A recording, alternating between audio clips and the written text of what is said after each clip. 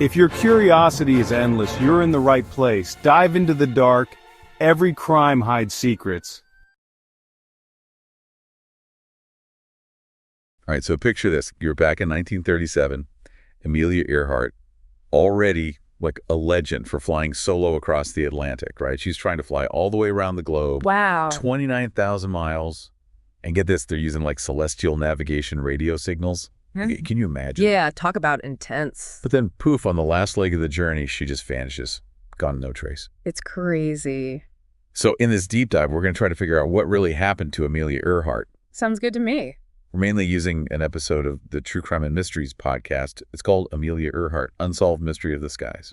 Oh, I know that one. It's a good one. Yeah, should be interesting, right? What I think is so fascinating about this case is that we're not just talking about, like, a missing plane. You know, we're talking about a missing icon. Right. Earhart's story. I think it captured the world's imagination because she was all about pushing boundaries, taking risks, and achieving what a lot of people thought was impossible, especially as a woman in the 1930s. Yeah, you're right. It's easy to forget just how groundbreaking she was back then. Yeah. But before we get into all the theories, can we talk about how crazy this flight was? Yeah. 29,000 miles with the technology back then. It's mind-boggling. Absolutely. I mean, to really understand this mystery, you have to get the challenges of what she was trying to do. Right. Think about it. Flying for hours over open ocean with nothing but the stars and a compass to guide you, hoping to hit this tiny island for fuel. Oh, man. I mean, it was a feat of skill, endurance, and honestly, a little bit of luck. Okay, so by June 1937, Earhart and her navigator, Fred Noonan, they had already flown across South America, Africa, India. Wow. They were on the home stretch, right? The final leg was from Lae, New Guinea to Howland Island. Right. This tiny little atoll in the Pacific. Yeah, I looked it up. Oh, yeah. Howland Island is only 2 miles long and half a mile wide. That's like trying to land on a postage stamp in the middle of the ocean. Oh, my gosh. That's a good way to put it. Right. It really puts the scale of this challenge into perspective. And don't forget, this was way before GPS or like fancy radar system. Yeah. They were essentially flying blind, relying on radio contact with the Itasca, a U.S. Coast Guard ship stationed near Howland to try to help guide them. Okay, and this is where things start to get really interesting, right? Because at first, everything seems to be going according to plan.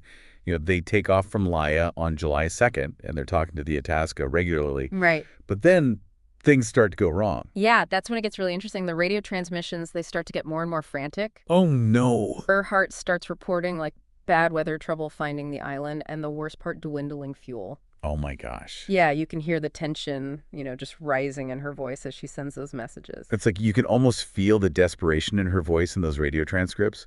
Like there's one where she says, "We must be on you but cannot see you. Gas is running low." Oh, wow. Chilling, right? I mean, knowing what we know now, it's like hearing a ghost. I know. It is. It really reminds you of the human element at the heart of all of this. Right. It wasn't just dots on a map. These were real people facing a terrifying situation. Absolutely. And then at 8:43 a.m., she sends what we think is her last message.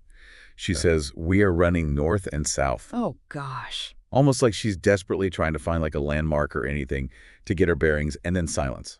Nothing. That silence is deafening, isn't It is. 1 minute, they're there struggling but still transmitting, and the next, poof, nothing. And the Itasca, they try everything, but they can't get back in contact. Yeah. Can you imagine the panic on that ship, knowing that Earhart and Noonan are out there somewhere lost and running out of fuel? It's heartbreaking, and what makes it even worse is the huge search effort that followed. Yeah. The U.S. government searched over 250,000 square miles of ocean, an area bigger than Texas, and they found nothing. Wait, nothing. Mhm. Not a single piece of wreckage, a life raft, anything. No, nothing conclusive. It's like they vanished into thin air. Wow. And that's what has fueled this whole mystery for all these years. How could a plane, even back then, just disappear without a trace? Right. Defies logic. Yeah, it does. And that's why for almost a century, people have been trying to figure out what happened. Okay, so next, I guess we should dive into the main theories, right? Yeah, each one offers a different perspective, a different piece of the puzzle. But like we'll see, none of them can fully explain the mystery of Amelia Earhart's disappearance. Okay, so let's get into these theories. Where do we even begin?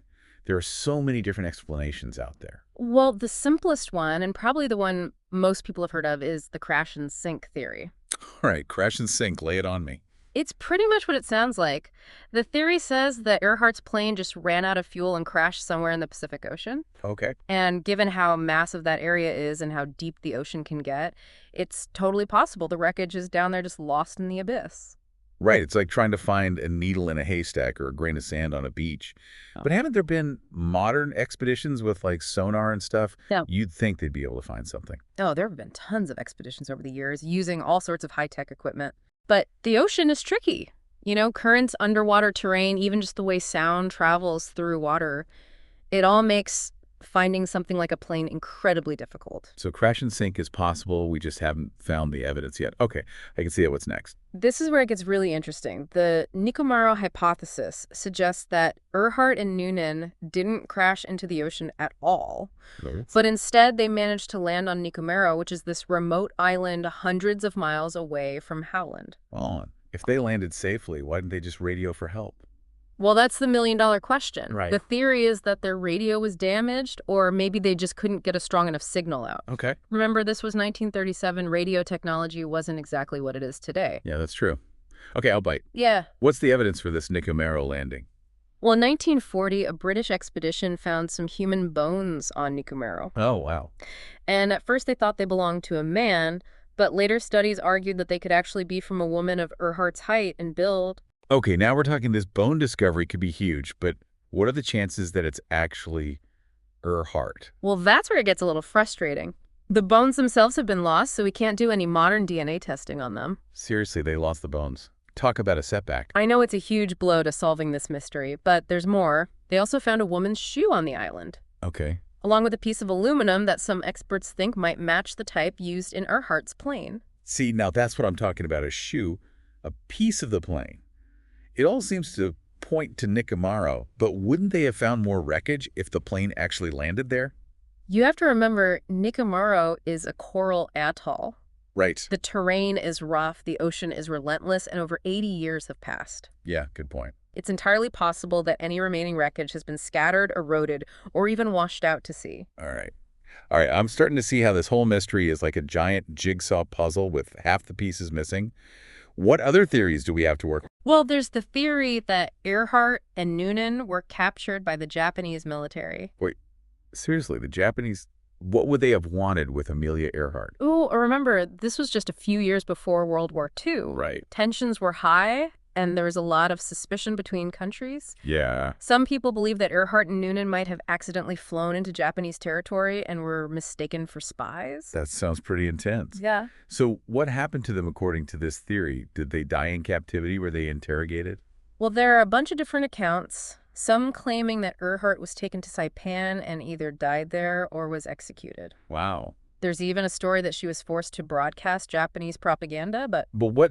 Don't leave me hanging. there's no real evidence to back any of this up. It's mostly based on eyewitness accounts and rumors that haven't been officially verified. So we're back to missing puzzle pieces. Yeah. Lots of intrigue. Not a lot of concrete proof. Exactly. It's a pattern we see a lot with the Earhart mystery. Okay, before we move on to the really wild theories, let me just recap Crash and Sink Possible. But we haven't found the wreckage. Nikomaro, intriguing evidence, but lots of unknowns. Japanese capture, dramatic but lacking hard proof. Did I miss anything? You got it. Okay.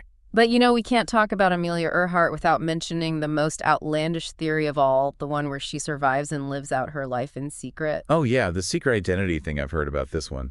Didn't someone claim she was a banker in New Jersey or something? That's right. The woman's name was Irene Bolam. And for a while, some people were absolutely convinced that she was Earhart in disguise. Wow. But Bolam denied it, and the whole thing was eventually debunked. So another theory bites the dust. But I have to admit, the idea that she somehow survived and went off the grid is kind of captivating. Like, wouldn't that be the ultimate twist ending to this whole saga? I can see why people find it so appealing. It's a way to rewrite the ending. Yeah.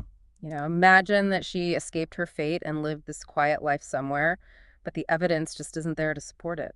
All right, so it seems like every explanation we've looked at has its flaws or is missing some key evidence.